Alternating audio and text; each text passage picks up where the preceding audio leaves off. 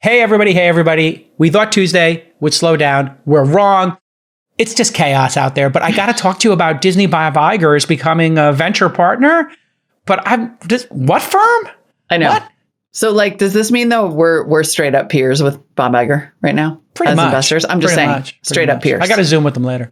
Straight up peers. We do have questions, however, about where he went, which we will discuss. We will also talk about the Twitter whistleblower hearings featuring former head of security, Peiter Zatko, a.k.a. Mudge, just saying it all on behalf of security professionals everywhere. Yeah, this is explosive stuff, folks. And then we're going to talk about KKR, that big, huge financial firm. I guess, they saw what I was doing with publicly raising, and I guess they're going to publicly raise from QPs, qualified purchasers, with some kind of token angle, which I don't understand. We're going to double click on that. And then we're going to, as quickly and efficiently as possible, dispense with the gross story about the allegations regarding Launch House. Okay, it's going to be a great show. Stick with us. This Week in Startups is brought to you by Revelo. Looking to affordably scale your product development with global tech talent in U.S. time zones? Hire vetted remote developers in Latin America with Revelo. Get 20% off for the first 3 months at revelo.com/twist. Dell for Startups provides key solutions for all your startup needs. A dedicated tech advisor will get to know your business goals and deliver customized solutions for rapid tech enablement with top business class PCs and accessories. Apply for Dell for Startups and get 10% off select products during Dell's semi-annual sale at dell.com/twist. And Assure is the leading provider of special purpose vehicles and fund administration with over 5,000 completed transactions and $2.5 billion under administration. Twist listeners can get 20% off their first SPV at assure.co/twist. That's assure.co/twist. Remember that fun time yesterday when you were like, I don't know if this is going to be a big news week or not? That was funny. This is bonkers. I mean, we didn't get through the docket yesterday. We didn't even come close. They're like, what about this story? What about this story? What about this story? And then I wake up this morning and I start, doing my little 6:30 to 8 a.m. discovery process of the news, as we do in our little secret group. And it's like, Disney, boof, Iger, boof, Launch House, boom, boom. Mudge is on Capitol Hill right now. Boom, boom. Oh, man. Yeah. It's too much news. There's probably like a bunch of other stuff that broke while we were doing all that. And we just, you know what? We're just going to pretend it didn't happen because we don't know. All right. Whatever it is, don't tell me. We're going to be super efficient today. That is my commitment to everybody. Yes. We're going to no more banter. We have founders to mentor. It's true. We have been a little unfocused the last couple shows. And you know what? I'm fine with that. I think it's fun as hell, but we're back on task now. We have to be on task. Okay. Now, my guy, Bob Iger. This is a man crush. This is you know how I am. I just love a great executive. Yep. For me, if I could put posters on my wall, it wouldn't be Megan the Stallion, although I am a fan of the Stallion. But I probably would put a Bob Iger poster up before a Megan the Stallion poster. Yeah, I'm just being honest here. I know Chapek is in charge now and we just have to accept that. But I'm team Iger for life. I'm not having any Chapek. I got Chapek concerns as a shareholder. I feel like we need to sit. His style's a little dated. He ggets the parks, but he got booed at that little Disney. 90s. What do they call the Disney thing where everybody gets together? I know they have Marvel does their thing, but Disney has a thing where they all get together. Oh, they do? I think it was D23. Yes. D23. That was the name of it. They call it, it's not DisneyCon, but that happened, I think, last week where they were showing off a bunch of new stuff. We talked about this, The Little Mermaid. We'll talk more about it with Lon on This Week in Streaming Thursday. But yeah, we will. Yeah. We're all wondering what's going to happen with Bob Iger. He spoke at the Code Conference. He said he's looking for interesting deals. I'm trying to get in touch with him because I got a great deal for him that I want him to look at, that I'm on the board of. I'll leave it at that. So shout out Bob Iger if anybody knows him. But what else is the news that broke today? I heard he's going into venture. Well, yeah, exactly. Now he's ready to co-invest because he has officially joined New York City-based VC firm Thrive Capital as a venture partner. We lost Jason. Sorry, I spit out my coffee. Did you say Thrive Ventures? You said Thrive, right? Bravo on that bit.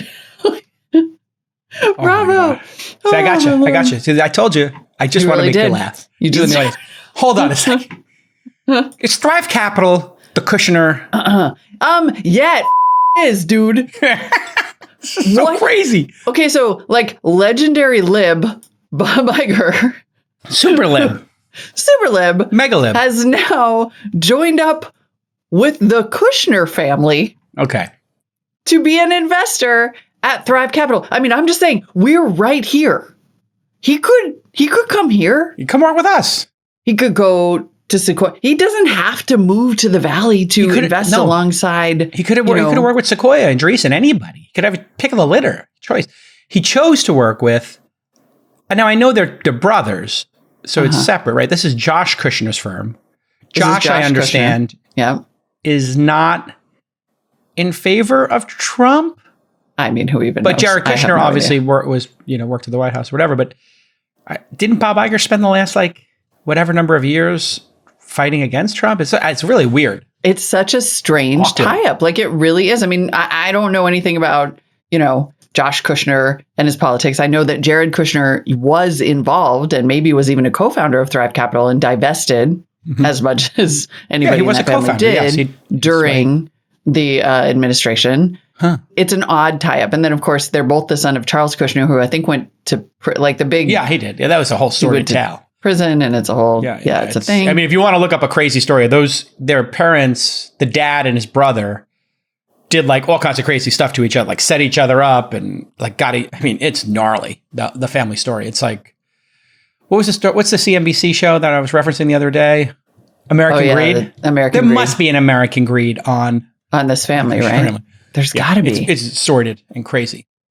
I mean, but yeah, exactly. As Nick points out, sounds like just the kind of people you want to get into business with. If you are Bob Iger and you are taking your impeccable reputation, Kara Swisher called him smooth jazz on the last Pivot episode this morning, because he's so cultivated, he's polished. so delightful, he's so polished, he's so smooth. High EQ. He has done everything right in his entire career. And then he's with these knuckleheads? And he just joined up with Thrive of all of the firms and all the gin joints. And I mean, it's a little weird. I mean, and I do recognize that the brothers could have different opinions. I mean, that's completely possible, but that's really here's weird. Alex from the Noties. One Kush brother set up the other brother with a hooker and taped it and then blackmailed him. I didn't want to get into all the details because that's my understanding of it. And having been a New Yorker and remembering this, this was in all the tabloids for years. I mean, I guess nothing matters. Reputation does not matter. It's all in the past. Well, it doesn't, because let's look at their investment history, right? Here's if you really want to get down to all that matters. They made some good late stage investments. I think they did Stripe and Spotify, Robinhood, but they were they did early investments in Instagram, Stripe, I don't know if that's Spotify, Robinhood, Skims. I don't know if those were early. I'm going to be totally honest. I think they were later. I don't think they were seed or Series A investments. I could be wrong. Plaid, but I think Affirm, they were Glossier, doing the B's and C's. I think they've had a good track record though, yes. Twitch. But yeah. Okay. But still. Right, at the end of the day, but still.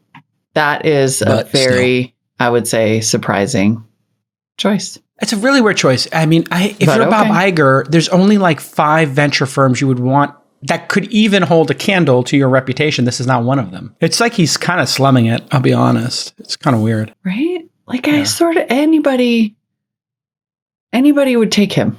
Anybody would hire this guy in a heartbeat. I don't know Josh Kushner, so I'll leave it out there. Me neither. Jared Kushner is obviously horrible, but I don't know Josh Kushner. Josh founded Thrive without Jared. Yeah, Jared is, okay. I know that he was involved. So I don't really know, but he was involved and had to divest. Because that became a little bit of a back channel amongst venture circles, because remember, now in the tech industry, I'd say it's 80% liberal moderates and maybe 20% conservatives. I'm just painting with a really broad brush here, but if you went and you took a survey at Google or whatever.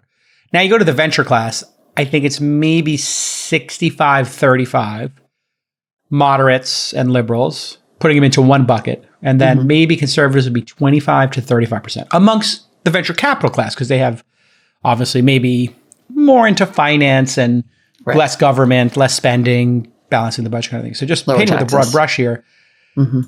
There was this, are we going to ever do a deal with that firm? Because it's got the Kushner name and people saw Trump as an existential risk, yada, yada, yada. So there was a back channel, Molly, of would entrepreneurs take money from that firm? Really? Yeah. I mean, people felt very scared when Trump got in office. I mean, for good reason, closing the borders and some of the, stuff he did. So that's where this like politics stuff, I think, getting too close to the Trump brand, like here's the thing about the Trump brand. If you're a nobody, if you're Bannon, I'm just speaking strictly on a brand affiliation basis. If you're Bannon, if you're Roger Stone, if you're Alex Jones, if you're like some dip standing next to Trump, who's president, that lifts up your image. Right. If you're Bob Iger being 2 steps removed or one step removed here, if you're, anybody who's just good in business, it kind of became a little bit of a liability. Peter Thiel, another perfect example, right? Like, I think people were like, I'm not going to work with Founders Fund because of what Peter Thiel supported Trump. And I think there are people who would never take money from Founders Fund for that reason. And I think that's why you saw Thiel kind of not talk about Founders Fund or do speaking gigs about Founders Fund for the last 6 years. Right. And then you saw, is Thiel off the Facebook board now? He announced it. I don't know if he's officially off. Oh, yeah. I don't know if he's actually officially and left. so that caused a bit of a problem, right? Peter Thiel's a big brand. Peter Thiel's really smart. Peter Thiel's a great investor, great executive, brilliant person. And like that was like a big reputation cost in Silicon Valley, I think. And so that's the only thing I'm talking about here, putting politics aside. You do have to think brand-wise, when you're making transitions, what brand do you want to be associated with? Absolutely. Everyone thinks that way. Like it would be naive to say that people don't think that way. And this is 100%, I would say, this is a get for Thrive, right? Huge. Like this is a reputation washing. Right about now, everybody in Hollywood is like, what's Thrive Capital? Like they're just Googling it, right? Whereas if you went to Sequoia or Andreessen, Excel, Kleiner, any of that short list. Or if you went the other way, Tiger, Cotu, more PE, they'd be like, oh, it makes total sense, right? Like that's where that person's brand belongs. So this is a but now here we all this is a big risk for Iger it. to, dip down. If you're looking for highly qualified, elite international developers, but you don't want to deal with the crazy time differences, I feel you. That's why I use developers who are in my time zone. And that's why you need to know about Revelo. Revelo is your answer. It's a talent platform, and it matches you with vetted full-time remote developers in Latin America, which is where I have my developers. They work on US time zones. So you're talking to them for 8, 9, 10 hours a day, and you can collaborate in real time, not play telephone. And you're going to spend less compared to hiring in the US. And I will tell you that the developers in Latin America are as good as the developers in America. You're going to get matched with your candidates in 3 days or less. They're going to handle the payroll, the taxes, the benefits, and more. You get to hire internationally without all the headaches. Revelo engineers are full-time and embedded in your team just like normal employees, okay? And they're proficient AWS, Rust, Ruby, React, Python, Node.js, all of the great technical platforms out there. They do. Here's your call to action. Go to revelo.com/twist and mention twist to get 20% off your first 3 months. Very significant when you think about it. REVELO.com/twist. They offer 100% risk-free 14-day trial period. If you're not satisfied, you pay nothing. REVELO.com/twist. They apparently met through their wives, journalist Willow Bay and Carly Kloss, both models for Estee Lauder. They both have model wives. That's how this came to be, evidently. Okay. That's interesting. Wall Street Journal. Were they on a shoot together or something? I don't know. Maybe are they active model? I don't know. I've heard I don't know. Carly Kloss is an influencer or an actual model? She's an actual model. She's like a super big deal. She's a super big deal supermodel, but I understand that it's hard. It's like hard to know who really is and who isn't. I just want to say, like, I'm old school. She's a big STEM activist. For me, there's like supermodels is like there's 12, and like 1 or 2 come out, and then 1 or 2 go in. But like the supermodel term is now everybody's a model. I think I'm going to be a model now.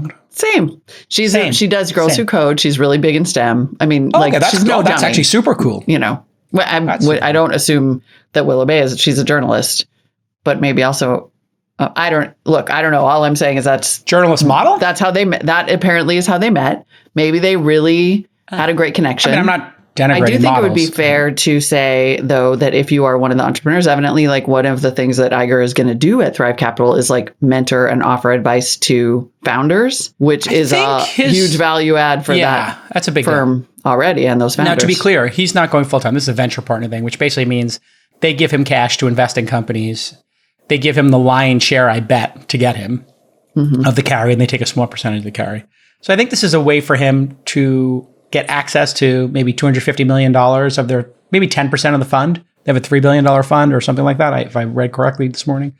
Whatever billions under management they have, maybe he's now got access to $100 million a year, $50 million a year to invest in startups. If they get 25% carry, maybe they gave him 15 or 20 of the points just to get his name on the website. And to attract founders. In fact, there would be an argument to just give him all of it. Just be like, whatever, we'll take 10% of whatever you make. You take 90, we'll take 10, just to have you in the family. And for him, then he's plug and play, ready to go. But I think he would have been better off going to Sequoia or somewhere like that. But Sequoia actually doesn't have celebrity. A lot of times these celebrities don't actually do the work. So that's the other thing with these celebrity investors. Do they actually want to do 10, 20 meetings a week? Right. Kind of what it takes. You know, if you're going to be a VC, it's going to be a 60-hour week, and it's going to be minimum 10 companies a week to meet with. If you're going to be successful, I mean, it's pretty, unless you have some magical deal flow. I think a lot of celebrities underestimate the actual effort and time. You're coming up against this, like the amount of time this takes. Exactly. Yeah. We have a slightly unusual situation in that regard. Well, we have to record the pod for 6-day-a-week show. 6-day-a-week show. But, I mean, I was thinking about this the other day. I was just like, my Lord, to be successful at this job, I think I'm trying to figure out if there's a way to be successful as a venture capitalist and put in less than 50 or 60 hours a week. I just don't think it's possible. Like my contemporaries are 6-7 days a week. Like I'm getting emails from them 7 days a week. You got to put that extra hour in at like 11 o'clock when you put your kids to bed. It's just, be careful what you wish for. A lot of people are doing this VC job, and I'll stop my little tangent here. And this might be something for VC Sunday School. A lot of people are doing this job and they're kind of phoning it in. And I can tell you that's not going to work in a down market. So a lot of people who were throwing darts and be like, this job's easy. I'll just, whatever Sequoia did the Series A for, I'll just overpay for the Series B and I'll just throw money at it. I won't read the term sheet. I won't do diligence. That's not going to work anymore. That only works for that last 25% of the up market. And I think there's like there must be a perception that that's happening, because there was some tweet the other day that was like, look at a VC's calendar, like, oh, I don't have time to squeeze you in today. And it was funny because the first was like 9 to 10, listen to All In. Meditation. Right? But then it was like a lunch and then some meditation and then do this thing. And then, and it was like 2 meetings on there. And I was like, mother trucker, like, come and look at let me just screenshot this for you. Like, are you kidding? Like there are 11 hours a day just on the calendar hours. I only saw the All In part of this. Do not disturb All In podcast. I kind of can get behind this. I mean, that made me laugh a little bit. What did the say? Catch up on Twitter. Then it was like founder pitch, one founder pitch, catch on up on Twitter for an hour, take a founder to lunch, meet with Twitter ghostwriter.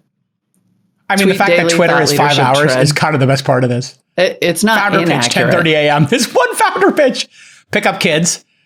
Do not work day over. Yeah, that's the problem, is the pick up kids work day over.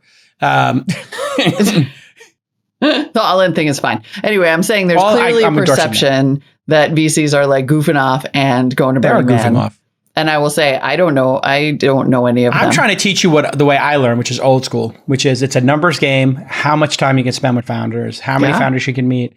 I'm just trying to teach the whole team, like, this is a numbers game. I was relentless in meeting with unbelievable number of companies. And that's how you build that signal and you put on Cerebro like Professor X, and you're like, oh, there's something going on in Alaska. Fire up the jet, Cyclops. We're going to Alaska. There's a mutant there. And then you go find Logan. Like, if you want to find the mutants, like, you got to put Cerebro on. You got to really search. It's a good analogy. Really search. Nick, fire up that meme machine. We need Jason with Cerebro on. Well, my friend Alexis Ohanian made a really cool piece of software where he's tracking, apparently, I think it's a really brilliant idea. He's tracking post-investment support, and somebody tweeted it. So he just, he made Reddit, which is like a very elegant, simple piece of software, and great software in that Web 2.0 era is elegant, and it kind of just does what it's supposed to do. And I get the sense he took that community stuff and he built it into his version of Cerebro, searching for mutants, a metaphor, many of us have used, which is when you look at great entrepreneurs, make a 2x2 matrix, easy to get along, hard to get along with, and like ability, like how hardworking and their general aptitude for it, their ability to be a founder. And it's like, which quadrant do you think we make our money in? It's like the ones who are hard to get along with and who are really driven. Like the end, like they're mutants. They're not easy to get along with, and you're going to fight with them over all kinds of details, and you might not agree with them, but that's how you make money. It's just going back to, I like a little freedom to be unlikable in the relentless pursuit of success. Frankly, well, I mean, I hate to make it a gender thing. Though later, well, I don't get that permission. We are going to later. That's my point. Yeah, talk about times when that can go awry potentially. I think you'll be the greatest climate investor in history. I'm putting it out there right now. I think given your work ethic and what I saw in the first 6 months and your heart and desire to do this and the commitment you've shown, I think you will become the greatest climate investor of all time. I think you'd be like you, John Doerr, and then Vinod. Like it'd be 1, 2, 3. Because they're kind of done and you're just getting started and you got, I'd say 25 years to do this. I think you'll do this till you're 70, 75. You could put in 25 years in this job, and everything you do in the first 2 years is going to be like the epilogue. And then it's going to be like, oh yeah, in year 3, she met this company and she backed them before anybody else did, right? And then that will be the Uber of the space or the Google of the space. Mm-hmm. But it really is about work ethic, and I think that's the thing that's going to change. Thank you. And second, that is my plan. I think so much about the other day when we had that conversation about adding a 0 to your expectations.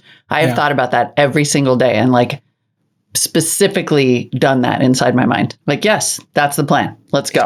It really is about work ethic. Somebody's going to be. You can't say it, right? You can't. I mean, I say all the time, listen, I'm trying to be the best investor in the history of venture capital. That's the goal I have. I know I'm top 10 angel, probably top 25, in terms of who people would want on their cap table right now. And why not go for being number one? Hey, listen, if you wind up being Steph Curry to Jordan, LeBron and Kobe, okay, fine, so be it. It's great people to be, standing behind or at the foot of Mount Rushmore because they've filled up those 4 spots. But I said the other day, I'm the best moderator in the business. And people were like, yeah, that's probably true. I was like, okay. And then somebody was like, I don't think you are. I was like, okay. You're like, names. Right. Names. Tell me more. Tell me the names. And they're like, Tim Ferriss. I was like, okay, yeah, Tim and I are on par. Sure. Find me, when has Tim moderated 3 maniacs? Well, I was going to say, there's what you said is a very specific thing, right? You weren't like, I'm the best podcaster, I'm the best co-host, I'm the best host. You were like, who can manage a bag of rabid cats? Exactly. Tigers. 3 tiger puppies. 3 angry tigers 3 ripping everything apart in front tigers. of them. Pretty funny. But Stephen Moody was like, a woman could never say this. I was like, fair, but yeah. I mean, that's why not give it a shot? Right. I mean, you can. It's just that everybody will try to shout you out of existence or whatever. But yeah, they do that to me too. At the same time, just say it. Yeah. All right. Okay. We got to move on to this bigger news. We do. Here. We actually do. See, look. Oh, we're just goofing off this week. Okay. Little tangent. Okay, everybody, big news. Right now, Dell has its semi-annual sale going on, and select devices will get a free upgrade to Windows 11 Pro. And that's not Dell's only amazing offer today. No, if you're a founder, you need to know about Dell for Startups. Yes, they have a program just for startups, and it's a no-brainer. You're going to get access to a team of expert IT advisors. These experts will provide you with customized solutions to take your tech stack to world-class status. And Dell will help you access capital for building out that tech stack because, hey, listen, we all know you want to extend that runway, and Dell understands that, and they're going to give you great financing. Plus, you're going to get exclusive discounts for Dell's amazing hardware, which I love. I love my Dell. I love my Alienware. I love my Dell monitor. So much great stuff. In fact, we send every new employee at both of my companies a beautiful 39-inch ultra sharp curved monitor. That's my favorite product they make. So here's how it works. You apply for Dell for Startups today and you get up to 10% off on powerful tech via Dell semi-annual sale.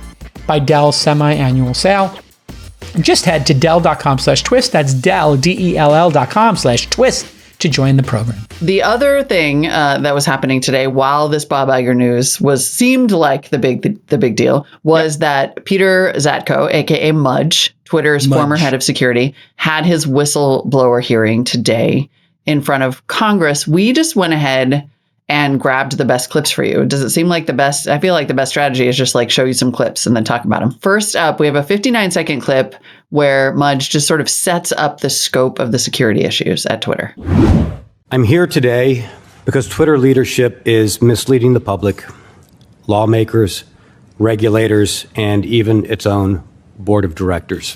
What I discovered when I joined Twitter was that this enormously influential company was over a decade behind industry security standards. And when an influential media platform can be compromised by teenagers, thieves, and spies, and the company repeatedly creates security problems on their own, this is a big deal for all of us.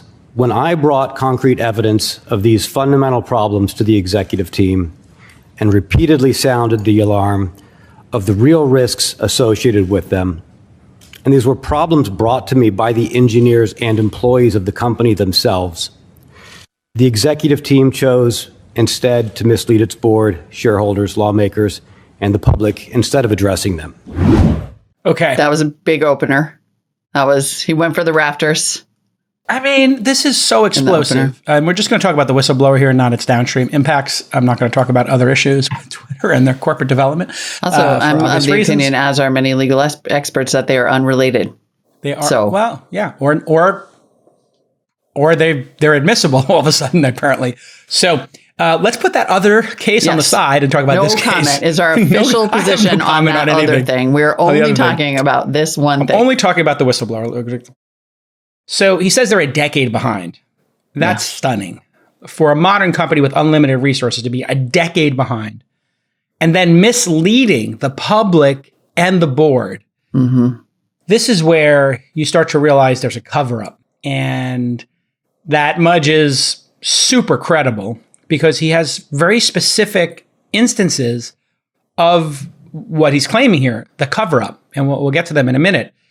But the misleading of your board of directors, this is like where this could tip over into a fine and sanctions that are perhaps unprecedented. I don't know if you remember the Facebook fines, but I think they hit $1 billion. It was the largest one ever. I think these fines could be very large. And he gets a percentage of the fines, by the way, because of the whistleblower laws. And I just want to say, like, shout out to whistleblowers, like, Frances Haugen. Am I pronouncing her last name correct? Haugen. Haugen. She was not in a top, I think probably Mudge's position was top 7 in the company, something in that range. She was far below that. And she had like really explosive stuff. Like, oh my God, they know that they're damaging children. And then this is like a next level thing because this ties right to the board and to these claims of don't write anything down and suppress information and mislead people. And it's always the cover-up, not the crime, as they say in the business. When you see the cover-up start to feel really suspect and, like, okay, well, why did you, delete these documents? Why didn't you tell people? Why didn't you write it down? That's when you're like, we got you. And I think that's what I got from only the first hour and a half of this I listened to on double speed. Yeah. What do you think? We'll keep going through the clips. I think, my overall takeaway was, yes, Twitter security is pretty obviously a clown show. It's to a pretty dangerous degree. I didn't hear specific examples of that. Like at no point was Mudge like, I know this happened. I know, a public figure was impersonated on Twitter. I also didn't hear, and under quite specific questioning about the FTC, he was not able to say, I know for a fact that Twitter misrepresented to the FTC the terms of the consent decree, right? I also thought to myself repeatedly, this is so bad, and I guarantee that almost every other company has almost the same security issues, and that if any whistleblower had come forward about security issues at a lot of high-ranking companies, they would be pretty similar, like how he was like, the laptops don't conform to the security parameters. Yep, that's every company everywhere. Like, it was interesting to have, there was a great tweet where somebody said, every CISO or CISO, every chief information security officer who's ever been fired for surfacing internal security risks, every security exec who's ever made a hard call and been blamed instead of supported, watch this feed and watch Mudge get to say all the things you didn't get to say. I think this is common. The scale of the danger is in question, but I was like, yep, now do Facebook. Now do here's the thing. Now do Google, which has like an unbelievable here's what I'll say about it. I actually data. think if you look at those three companies, I was going to bring both of them up as the examples. Yeah. They are known for being tech-driven leadership. Zuckerberg, Larry and Sergey, like the DNA of the company was technologists, developers, and they have incredible security put in place. And then Twitter was always known as not being able to keep the service up and running, the fail well, never having great tech leadership, never being able to ship products.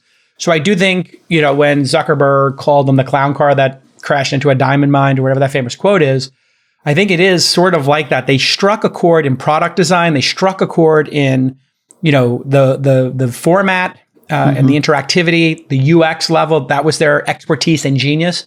And then their Achilles heel has always been technology. And I think maybe that's fair. You had Ev, DeCostello, and Jack. They've never ignore it for 15 years. Exactly. Like Twitter has never taken its own product seriously, whether it was in terms of its impact on its users, its impact on the world, or its security. Button. I think that's 100% true that they have not taken it seriously, probably to a worse extent than other companies. But I will say, there was a part of me listening to this that was like, I don't know that you can hold this up as the gold standard of insecure companies, because I'm sure that these problems exist elsewhere. I'm sure there's much worse, but it also was very bad. And it's also the scale of it, right? And the influence of it. So if let's say your SaaS company was just as bad with 10,000 paid customers, okay, what's the footprint of damage? The footprint of damage here, when you have world leaders on the service, the president is using it, president of every country is using it, every media outlet's using it, every celebrity is using it, every CEO is using it. The fact that those people are being compromised, and then the internal stuff, when he said like half of the people have access to everybody's accounts, and that low-level people are turning off accounts or are looking at them, and they have no controls in place to see who's looking at stuff. Facebook went through this. There was somebody on the Facebook team who was stalking their ex, and that got discovered, and then they created a system. It's a very simple auditing log.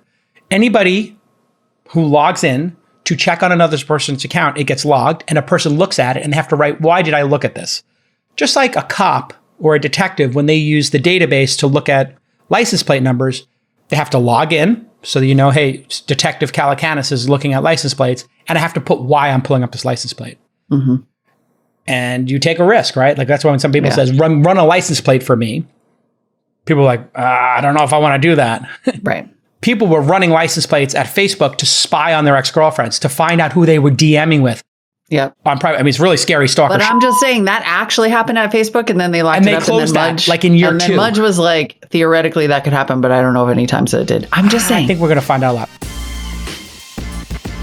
If you're an accredited investor, you need to know about special purpose vehicles. What's an SPV? It's an investment vehicle that allows 250 accredited investors to invest up to $10 million via one entry on a startup's cap table. So if you're an angel investor, you got a bunch of rich friends, maybe your poker buddies, you could start your own syndicate powered through SPVs, just like me. At thesyndicate.com, we are powered by our friends over at Shore. My syndicate has over 10,000 members, and almost 5,000 of them have already done a deal, and I've done over 250 deals thanks to my friends at Shore. They do all this back-end and fund administration for me. They're the leading provider of SPVs and fund administration in the world, with over $2.5 billion in AUA, assets under administration.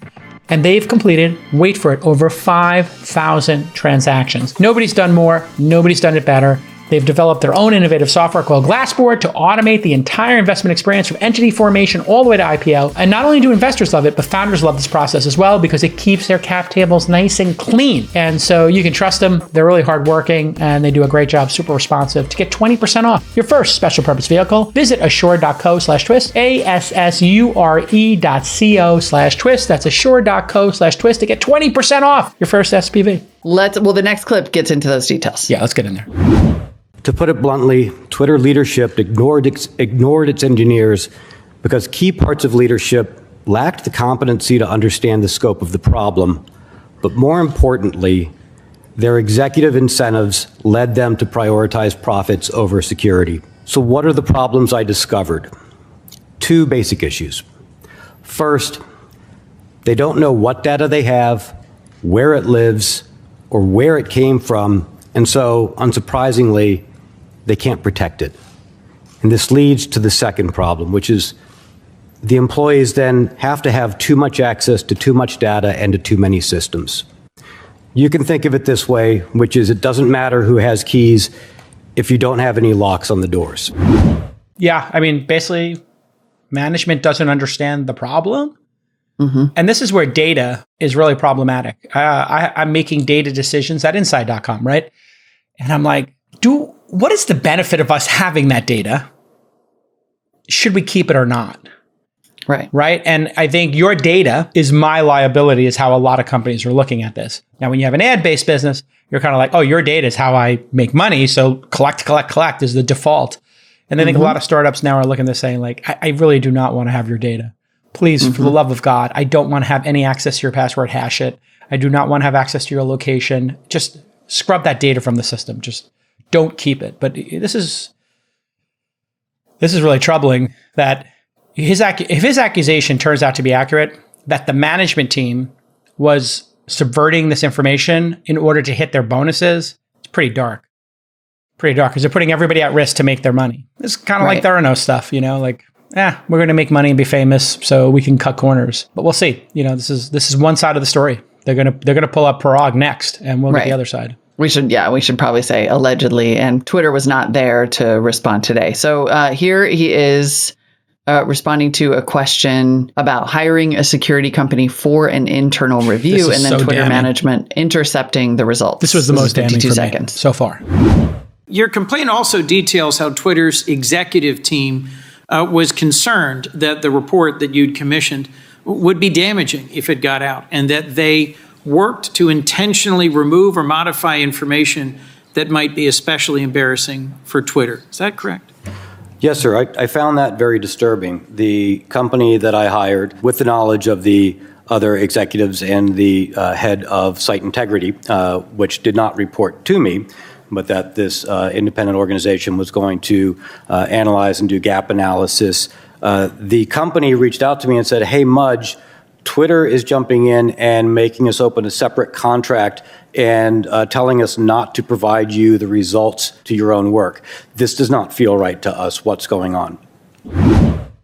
This was the one I asked the team to clip because this felt like the smoking gun to me. What do you think? Yes. I'm so torn on this because I think nothing ever happens in a vacuum, and Twitter is a disaster. So you're saying it is a disaster. It's a disaster as a product. It's a disaster with respect to security. Like, all of that is true. And also, I just don't know of a single company that, it's just, and also, this is what companies do. They prioritize profits over user safety over and over and over and over. And every time you see that happen in social media, the results are just devastating. And nobody is out here protecting personal data. For God's sake, there aren't even any laws. Like, I think I really agree that every chief security officer would have some version of this story to tell if they were compelled to Congress. I don't think that they would have this specific piece. So let me just break down what I think is happening here. Mm-hmm. I think that Mudge was brought in by Jack because Jack said, we need to clean this up. This is an existential risk to the company. He brings him in. Then I guess there is a management change and now Parag's the boss.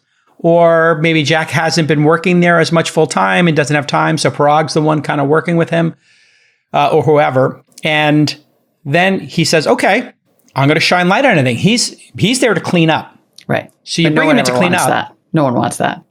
Yeah. And it's sort of like, and I've been involved in this where I've had 3 companies in 350 3 different instances where we had to do a kind of an audit, let's say, for various reasons.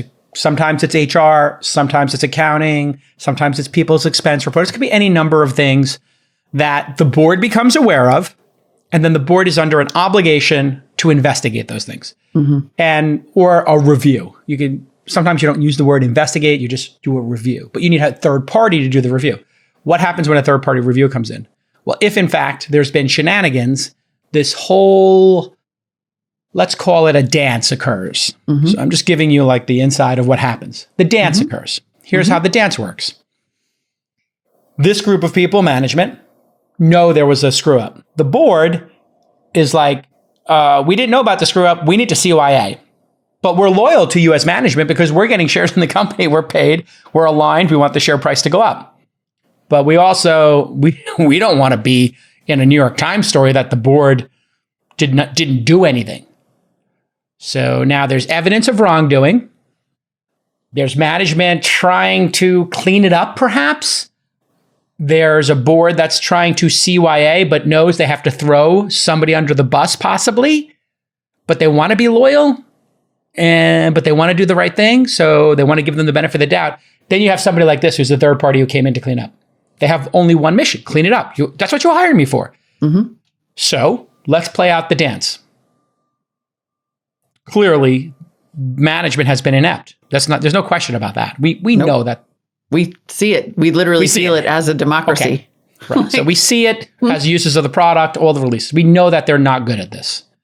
And especially not compared to companies. We know Mudge is great at this. And we know the board, they didn't invest their money. These are people who were ceremonially put on the board and they all got, a couple $1 million in shares. And we know they are CYA. They're not the founders of the company. So what would happen in a situation like this? Executive team races to clean stuff up and to spin it to the board to squash the issue. That's typically what happens. And there's a negotiated settlement. Maybe this wasn't as bad. Maybe, how can we spin this? Oh, somebody went and spent $50,000 on stuff they shouldn't have spent. Oh, they accidentally used the wrong card. Or they were traveling and their personal card didn't work. They used their professional one. They forgot to change the expense report. I'm just using the classic expense report thing. And it's like, oh yeah, no, it was a complete oversight. He paid the money back and they put interest on it. We can squash this issue. Oh, there was a misunderstanding between two people who dated at the company. Oh yeah, we paid for that person's 2 years of salary. They said nothing happened. They signed this agreement. It was just a misunderstanding. That's the dance.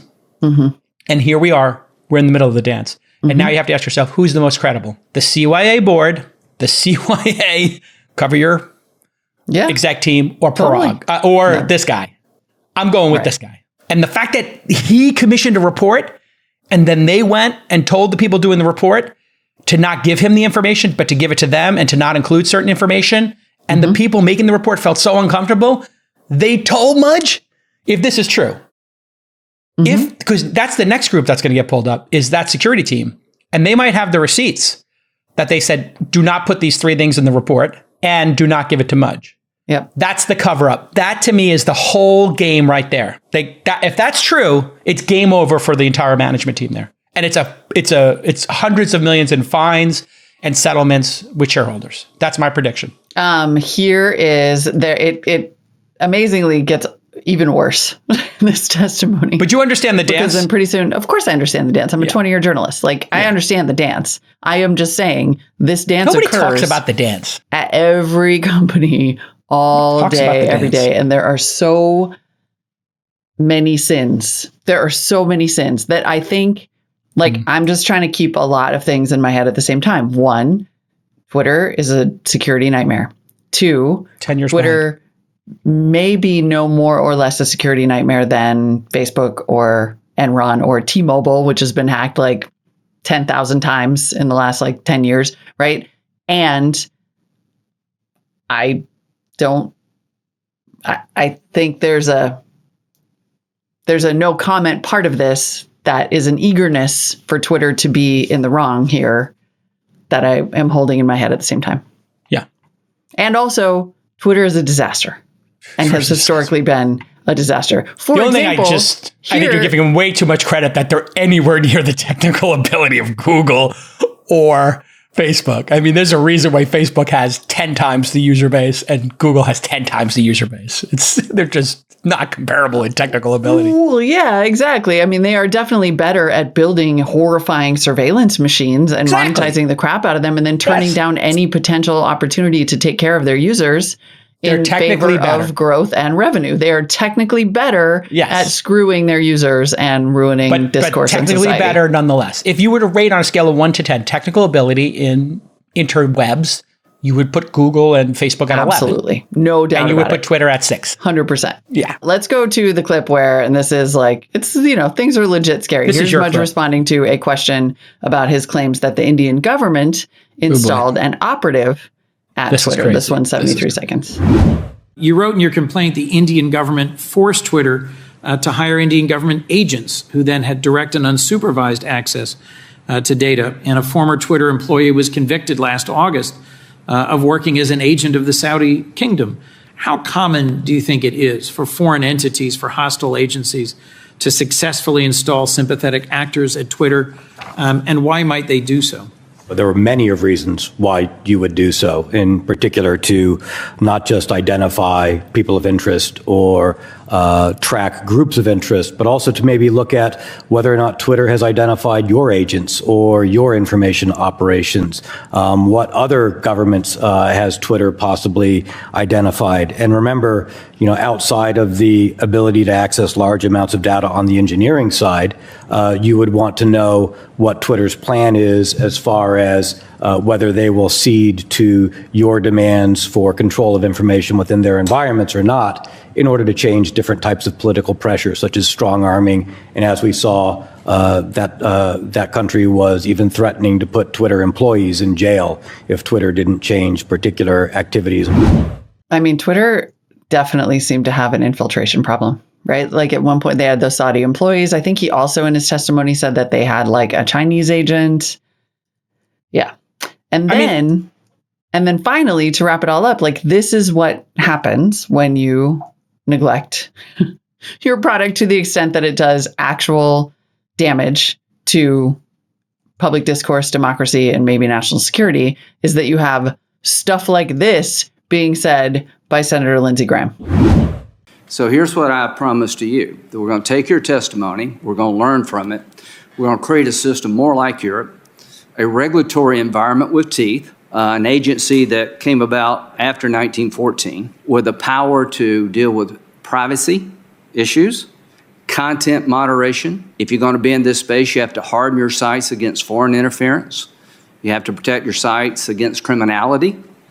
And if somebody takes your content down, you'll have an appeal process outside the group who did it. Does that sound kind of like where we need to be going? Those all sound good to me, and I would hope measurable and transparent. And thank you, sir. Well, we're headed that way with my good friend, Senator Hawley, who's going to join the Graham-Warren team.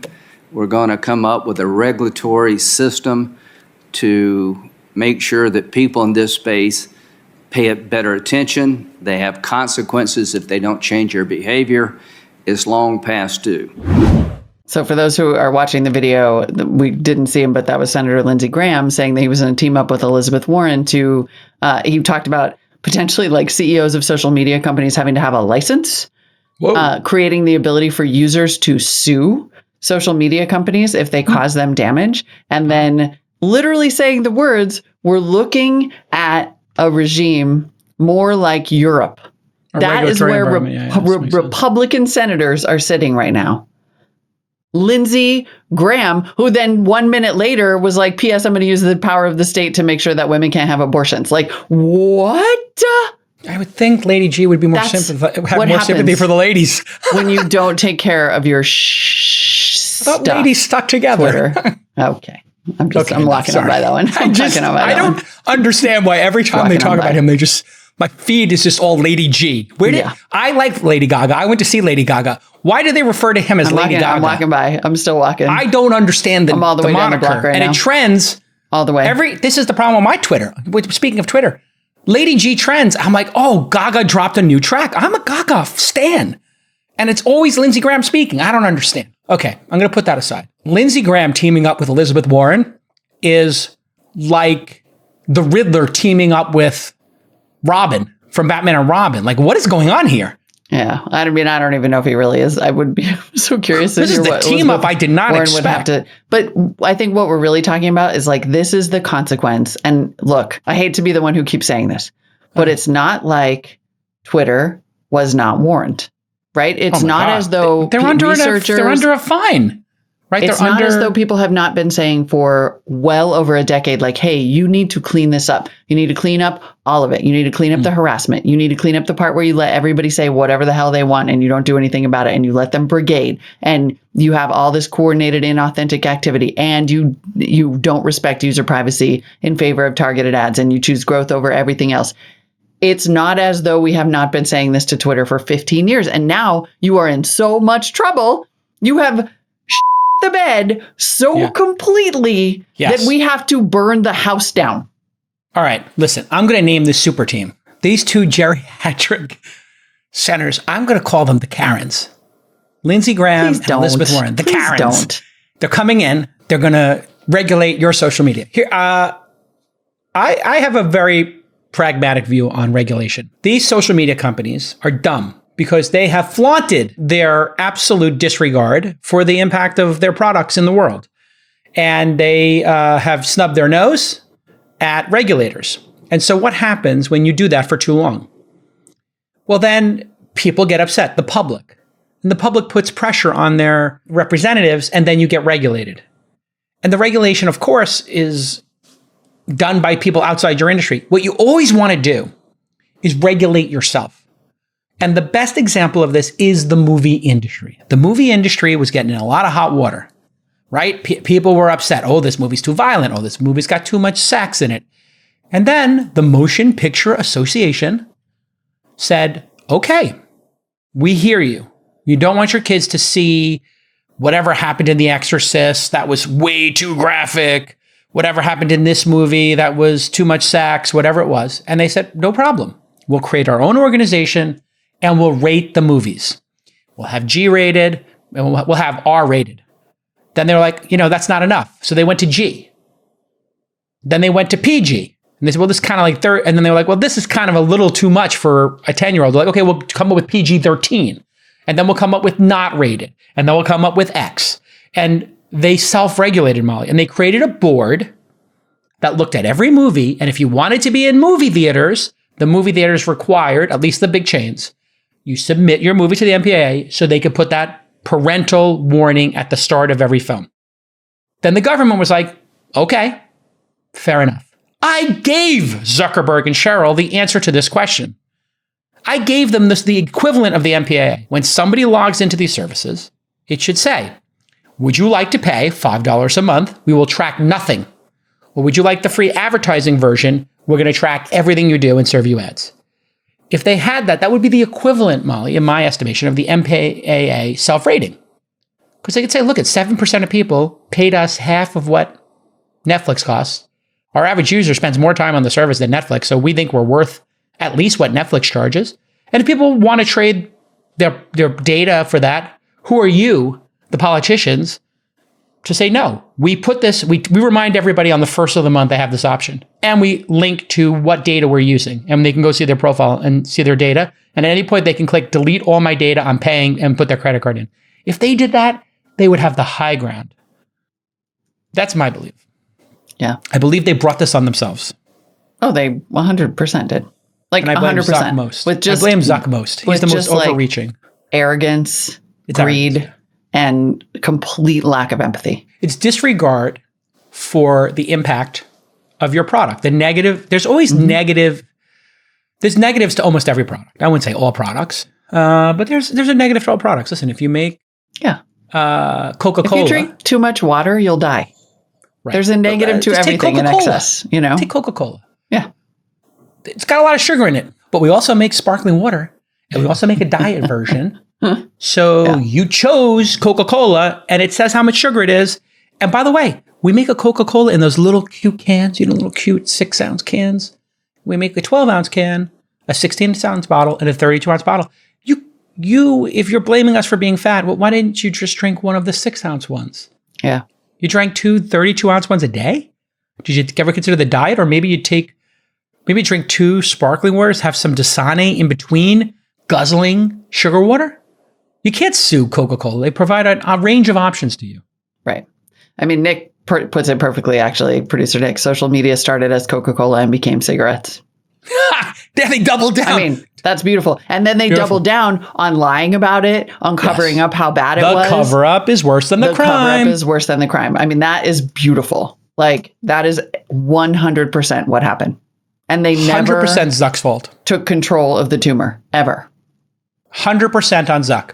If I'm sorry, I'm putting Jack in here. Like, what Mudge said today, there's no way I'm letting Jack off the hook for this. No way. But I will say the social media standard was set by the leader who bought Instagram and WhatsApp and just was like, we're going to make this about your data and selling it to the highest bidder. And, that makes it hard for everybody else to come up with a competing service. I think if at some point it's not only Twitter, about your data, it's also we're going to let everything go. We're going to let everything fly on this platform. We're going to let people say what they want. Yep. We're going to let them pile on, harass people off of it. Like yesterday when I was talking about speech, I think there was the impression that I thought that the problem was that the platforms don't regulate speech enough. It's that they spent so little time regulating speech that now my speech is infringed by a bunch of bots who make it no fun to say anything on Twitter. I don't even mean bots, actually. I mean people. Actual just a-holes on Twitter who make it not fun to be there. You saw what I did on my Twitter, I'm going to file a free speech lawsuit that's basically about other users. You saw what I did on my Twitter?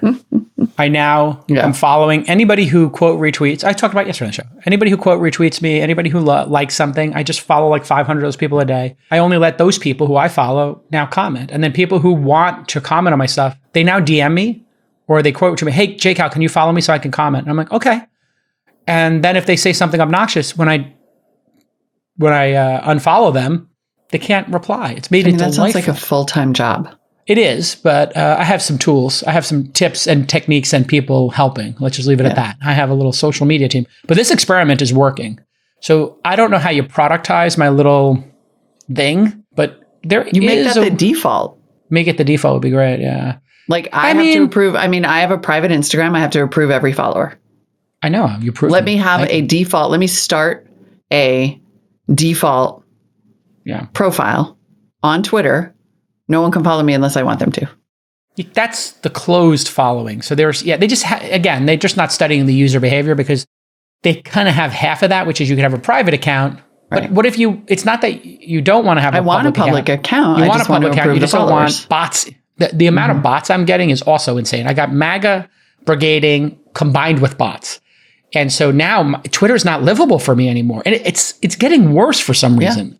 I don't know what's going on. Maybe they're just not paying attention to the problem. It's the all-in bot. Oh, okay. It's also the all-in bot. It's also talking about the Ukraine and Biden and Trump that's causing this brigading. Yeah, it's a fair point. Oh my God. All right. So let's talk about this sort of interesting, really fascinating move actually by the storied investment firm KKR, which is tokenizing part of a new fund in order to let individual investors put in more specific amounts. Let's break this down a little bit. KKR manages $491 billion in assets. At the end of Q2, $70 billion of that $491 billion, or 14.2%, was from individual investors. So what KKR is trying to do now is say, we want to create a vehicle for more individual investors to be able to participate in our fund.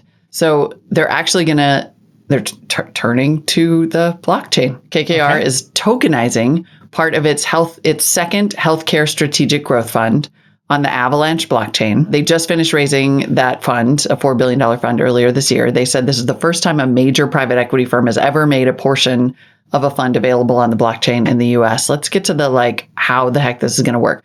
What it'll do is let qualified purchasers, so individuals with 5 million plus in investable assets, which is obviously high net worth, but not the ultra high net worth that they usually deal with.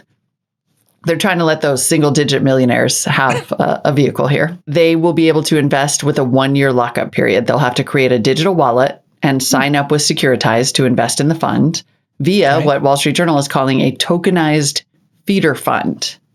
Got it. So all right, there's a couple of different pieces here. Obviously, we talked about 506C for venture funds, and we are raising Launch Fund 4 publicly. I talked about it all-in. I talked about it on this podcast, and starting next week, or is it this week that I have my first webinar? I have a webinar on my calendar for this week, yeah. When is it, tomorrow or Thursday? Do you know? I think it is Thursday. Okay. So anyway, on Thursday, I think 600 or 700 people are going to be on a webinar. I'm going to share with them, hey, here's the performance of the first 2 funds. Here's the third fund, what we invested in. We don't have performance yet. It's recent. And here's our plans for launch fund 4. Yeah, just put the cards on the table. If you want to invest, if you want to come on this journey with us, if you want to do risk capital, here's the possibilities and the options for you. And so I did this because I just thought, well, all of the folks doing the $10 million funds that I've started backing with little 25K checks to support like the next generation of fund managers, really lending my name more than capital, although it could be, whatever, a small percentage of it, every little bit helps. What I noticed about what they were doing was people with no networks, just by using Twitter, were able to close a $10 million fund. So I said, well, I wonder what would happen with my reach if I told people I was raising a fund. Because what always happens is I meet somebody and they're like, oh, I would love to be in your fund. I'm talking about high net worth individuals. And I'm like, great, I'll talk to you in 3 years, because you raise them, but every 3 years. And so I just want to make sure people know I'm doing it more, because a lot of my friends don't know I'm raising a fund. And lo and behold, since I've been tweeting it, a bunch of my friends are like, can I be in your fund? I'm like, of course, come to a webinar, get informed, make an informed decision if you want to do that. And so I'm getting about 25 to 50 emails a day now from people I know and don't know. And I say, great, tell me about yourself. Have you been in a venture fund before? So I'm kind of coming up with a whole little script or process for vetting people and getting to know them. And that's what KKR is doing. They're just saying, you know what? Let's open up access. Now, it's not to accredited people with 200,000 a year, but it's opening up access and giving more people the chance to participate in very sophisticated financial devices. And I think that's good with education. I will say one primary difference. Okay. For whatever reason, we didn't feel like we needed to use the blockchain for this. No. But all KKR is. And that part I want to understand a little better. Well, what do you think the reason is? What do you think the value of doing it on the blockchain is? Can you think of a reason why a blockchain would make this better than just filling out the paperwork? And if you invested this way and there were smart contracts attached to it, like I could imagine this actually being legitimately efficient, so that if you are, as a firm, I don't understand the tokenization part, but in terms of blockchain, if you as a firm are recording everything you do on the blockchain, you have a returns situation. You need to return some money to your investors. That's all executed automatically. You don't have, there's no need for anybody to issue the tax paperwork or send someone a check. To do all that. Or actually, they still have to do the tax paperwork. They're still going to have to do a lot of that. Yeah. So this is what. I guess your maybe confusion, the onboarding could be easier. Like, I don't know. Your confusion is exactly what I was hoping to get, because there is no reason. Thanks for the setup, boss. I just set you up. Sorry. You like, just right flail around in the deep end for a minute. I'm confused with what's the point of this. And I have had no less than 300 companies tell me they'll tokenize my fund. And when I say, what's the benefit? They start talking about like the general blockchain, and it's immutable and it's transparent. It's like, well, we don't actually want it to be transparent. We don't want people to actually see this because it's privacy. Like, oh yeah, it can be private. I'm like, okay, so it's a private blockchain. So this is a private blockchain. Mm-hmm. So the only thing would be liquidity, right? Like, so let's say you and I are QPs, and I own $1 million worth of this. It's now become worth $2 million. I get divorced. I need liquidity. My kids are going to school, whatever the case is. A liquidity necessity becomes a liquidity event is required by me, the original purchaser. It's worth 2. I paid 1. I say I'm putting it on the market for 1.9. You get a 5% discount if you buy it. Theoretically, I could sell it directly to you. However, KKR does not want me selling it to a random person. They're not going to allow that. And they don't want me selling it. They don't want you selling it. They want you holding it. They don't want this being a revolving door. So that's why they said there's a lockup period. And maybe they'll let people in and out once a year in an orderly fashion. So if you do want to liquidate, you probably have to let KKR know, whatever. I would say they're doing But a 1-year lockup period could still be accomplished contractually minus the blockchain, right? Like you still don't need that. We closed the fund on November 1st. I don't understand. Starting November 1st, 2023, people can trade. Right. There's a Google sheet. There is a database somewhere locked up with limited access, talking about security. And if you want to trade, you email some representative, which is what happens to us, and say, I would like to change the ownership of these shares. We will have people come to us every year at thesyndicate.com and say, I'm getting divorced. I need to liquidate these shares. Or the shares are currently in this trust. It's now going to be in these two trusts under these two names. I'd like to split it in half. Or it's going to go to my ex-husband, my ex-wife, my ex-partner.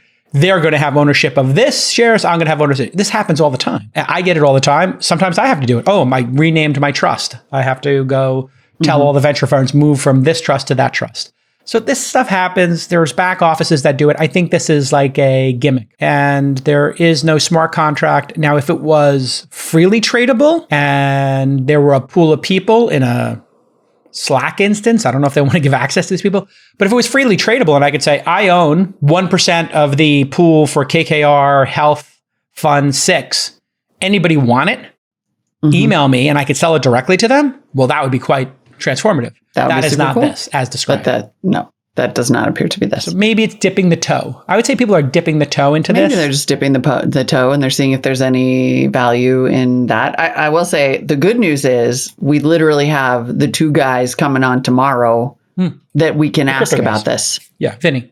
Yeah, Sandeep are coming. We got Vinny and Sandeep coming back on tomorrow for another crypto roundtable, and we're going to ask them what is up with that, because we have had this week, just as a teaser, KKR get into this and Starbucks talking about issuing NFTs so we can all have a better coffee experience. So maybe we are getting, and the ETH merge. So maybe we're getting to a point where things are becoming a little more like mainstream and usable. I guess we'll find out. Do you want to just give me the top level on the Launch House stuff and then I'll just pass judgment?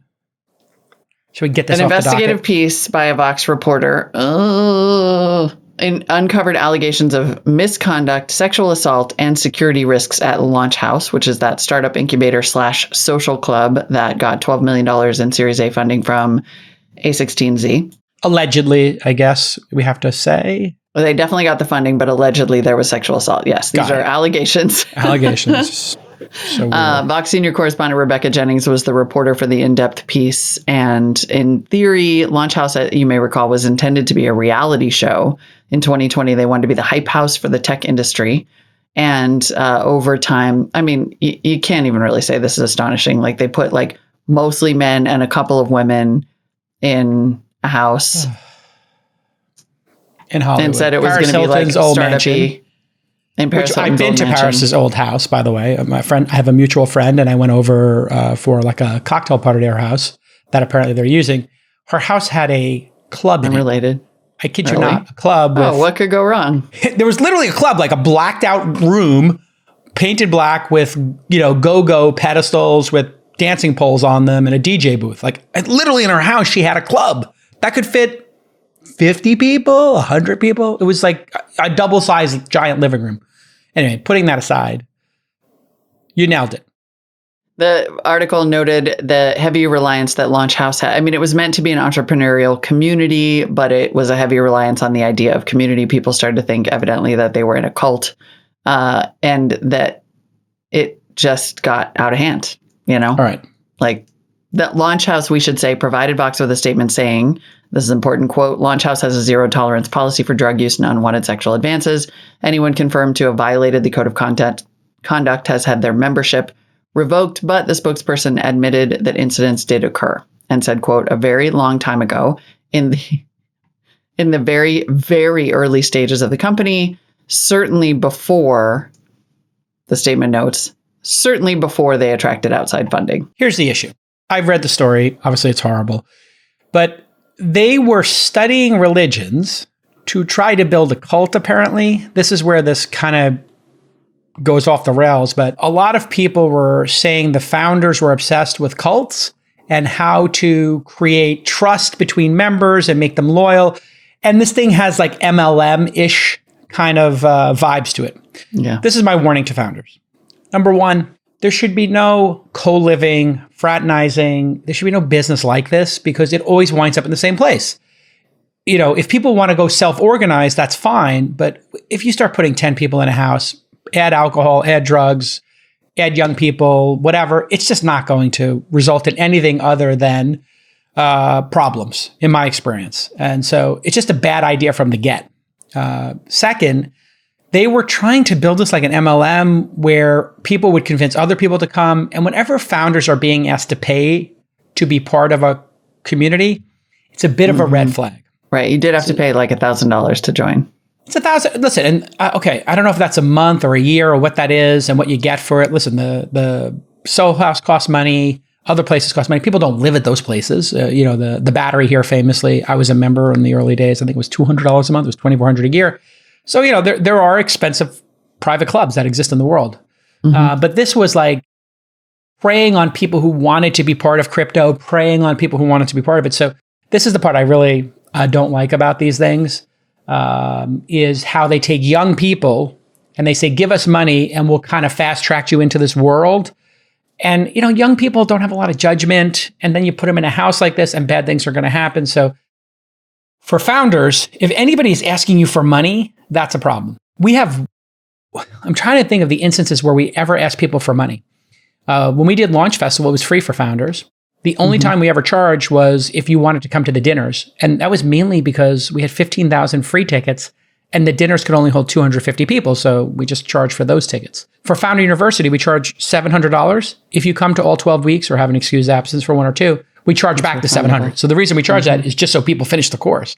It's a deposit. And we have a 93 or 94%. So we're basically it's a little bit of a game mechanic. But anytime people are trying to charge you to be part of something as a founder, there's so much free resources out there. Don't pay people for this kind of stuff. It's really sketchy. Community is important. Sure. However, you're working. And so the fact that like when people got to Launch House, when these new cohorts come, they organize team building exercises called the Founders Circle that mimic religious confessionals. Each member is encouraged to share the most difficult experiences of their lives, deaths of a loved one, sexual assaults, grave financial losses, a practice that employees refer to as trauma bonding. Right? Yeah, like this is where once that stuff starts happening and you're at a work party, it's time to go. Like I understand that there aren't as many boundaries as there used to be between work and your personal life, but that's not a safe environment. That shouldn't be happening. There was a book, 5 Dysfunctions of a Team, Patrick Lansoni, where they talk about offsite culture. And one of the things in offsite culture is to build trust between team members. You would talk about your childhood and say, hey, these are my siblings. This is where I grow up. So there are trust exercises.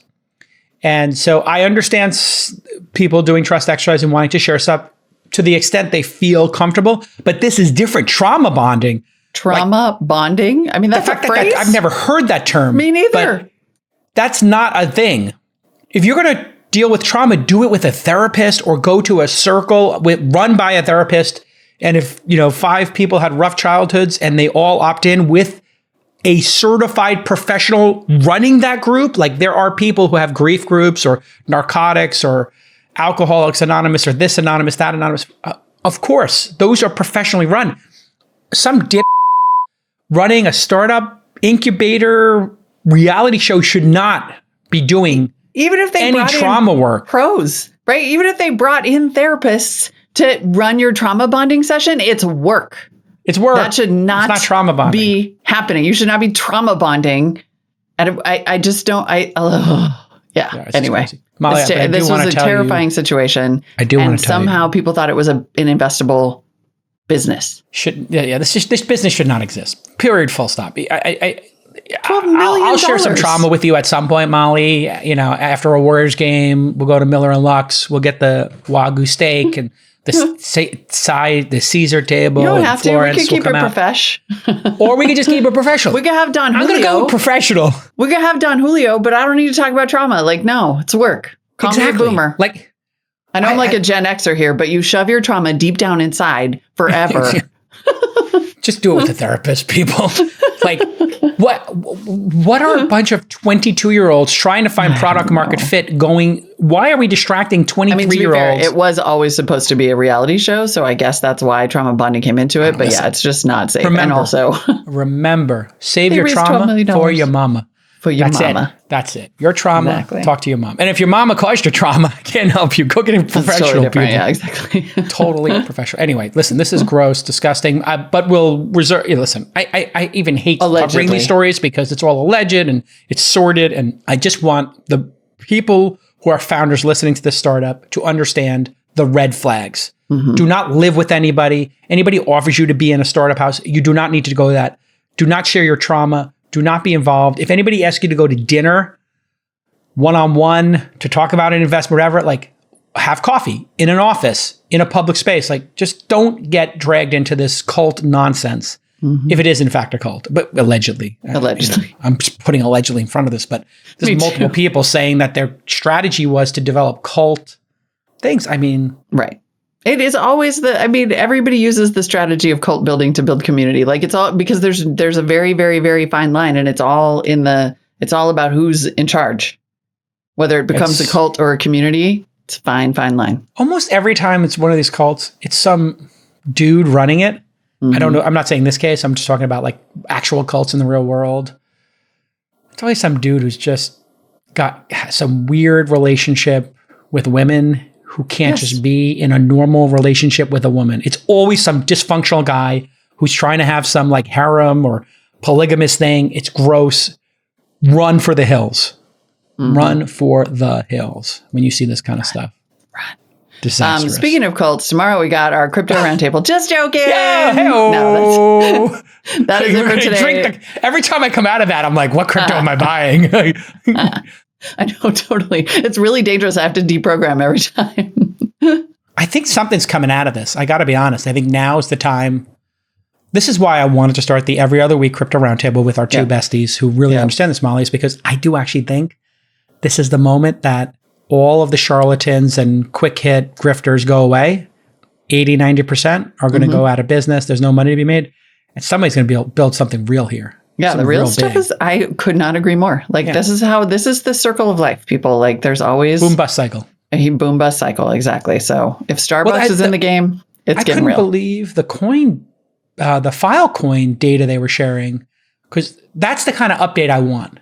I want the updates on the projects that seem promising, that kept delivering, and that eventually delighted customers. Because as we know, the time between raising money, pitching, grifting, whatever, and delighted customers in this world seems to be between 5 and 10 years. And in our world, it's 5 months or 5 weeks. So I don't know what the big delay here is. I guess the infrastructure is harder to build, or people spend so much time on the financial architecture / grift. I think everybody just got distracted by the investability part of it. Yeah, it was like, once it became if it becomes a gold rush, it's going to take a minute to turn into a real. I want to figure out a way to create my own fluid coin that allowed people to trade freely in a venture fund. I can't do it for Launch Fund 4, but I would even create a sidecar fund. If somebody could explain to me how to create a coin that tracked even my personal investing, I would do this as an experiment. Like, if I could take my J trading portfolio and sell, I don't know, $10 million that mirrored my, $1 million in trades, like 10 to 1. And those coins existed in the world. People could trade them, but they tracked my trades. And I made a VIG on it of whatever percent. I would do that. Sure. Like, if people could buy like a small amount of it and nobody got hurt, but I don't think that's legal. Right. I was going to say, I'm pretty sure that makes you an investment professional in some way that you. Well, I am, but I was just wondering if there was a way people could. No, I mean, yeah. I mean, that makes it investment advice. Yeah, but I mean, there are people do invest in, mutual funds. So if this was the J Trading Mutual Fund, then there was a way with crypto to do that. And anybody in the world could buy a J coin or a J Trading coin, and it mirrored my portfolio, and they didn't have to think about it. If I'm making trades, they could see them or not see them. I would do that just for the fun of it, and I would donate whatever proceeds I got to charity or something, like as an experiment. That's the kind of stuff that I would like to see, is things that actually make sense. I mean, I love the idea of just making that a bullet point for Vinny and Sunny every week, every other week too, when they come on, and just being like, what's real? What's real? Let's end every show with them with what's real in crypto right now. There is one thing we should put on the docket for tomorrow. Because the Filecoin thing was a super interesting conversation. Well, somebody created a Y Combinator DAO called Orange DAO. So if we could put that on the docket, I would like to talk to them if they could be prepared tomorrow to talk about the Orange DAO. Basically, the guy from I Can Has Cheeseburger, if you remember that meme site, I believe it's him. Yeah, I think Ben is doing this. So my understanding of it is 1,000 alumni are in this DAO, and they provide services to the Y Combinator companies they invest in, but it's an actual fund. So they created an actual venture fund to invest in YC companies, but then they took a portion of the carry and said, we have a DAO over here. This is my understanding of it, which probably is wrong. But we'll have Vinny and Sunny. So then they put in the orange DAO some amount of the carry. So let's say half the carry, 10 of the 20 points, goes to these 1,000 members. Those 1,000 members do work, and then they allocate somehow, I don't know how this happens, a carry to the founders who either found the companies and scouted them or who mentored them in some way. So pretty good idea to create a helpful DAO to YC companies that invest and does post-investment support. It sounds like it'll also be fun to be part of, right? So I like the idea of like, it's fun to be part of this Discord and help companies. So I think that might be an example of something to come out of this that is actually real and helpful to the world. Yeah. Well, that's coming up tomorrow. Okay. And, lots happening in crypto this week. There's also the ETH merge, which is in theory going to reduce the electricity usage of mining ETH by 99%. Which is great news for all of us, assuming that miners stick with us. We'll talk about that tomorrow. That's important. And I see that ETH is down. And so it might be a good opportunity to buy some ETH. I don't own ETH. So maybe that would be my J trade for the week. Who knows? Maybe I'll just get a little ETH on the board. All right, everybody. Thanks for tuning in. Follow @MollyWood. Give her a retweet. Give her a heart, whatever you want to do. Follow her. She's a great follow. Follow TWI Startups. Follow @Jason. And be kind to each other, okay? I know it's hard. Be kind to each other. I love that. Just be kind to each other. Like I'm tired of jerks right now. I'm just having a zero jerk policy. Yeah. After my brigaded weekend, I'm just like, wow, criticism is fine if it's constructive. So I have to teach people how to give criticism. I said to people, if you think I'm interrupting Sachs or Freeberg too much, just give me the timestamp and let's discuss it. And, like one or two of them, like, okay, yeah, I guess I didn't need to interject there. And then the majority of them was like, that's perfect moderation, actually. I broke it down. I was like, okay, the person droned on with repetitive information that we've all heard before. And I said, give us forward-looking information. And and then intelligently went to another bestie. Like, that felt like perfect moderation. And other places, maybe not. But I just thought, for people who want to give me feedback, timestamp it. Most of the time, this is not ever about mechanics. It is only about philosophy. I did notice. Most of the time. I will say, 4 out of 5 times when people have an issue with my moderation, I go look at their profile and I look at their likes and they're MAGA. 1 out of 5 times, it is somebody who's, whatever, neutral, left, right, whatever, doesn't matter, but they actually have a good point. And so I'll take a note anytime. As Steph Curry of moderating, by all means, if you can tell me how to hit another 3-pointer a game or increase my shooting percentage by 1 or 2%, I'll take it. Like, that's why I'm Steph Curry of this. But make it constructive, folks. Give me a specific timestamp. Even on this show, if I talk over Molly or whatever, I get excited. Just tell me, hey, let it breathe this timestamp. Then and DM it to me. By all means, DM's open. Really generous of you. Because sure, we do all want to get better, but also like people, you do it. Like this is live, off of the cuff. Right? Like we've got I don't know. Like I have zero tolerance for people who are like, you misspoke in this situation. I was like, oh, really? In the course of a 2-hour extemporaneous conversation, I misspoke or did not have a fact directly at my fingertips or may have slightly interrupted someone one time out of the 10,000 in conversational interaction. Like, what? When you're live 10 hours a week for 10 years, yes, you can talk to us. Zip your Twitter. All right, everybody. We'll see you tomorrow. Okay, bye. Sorry, let's get off our chest.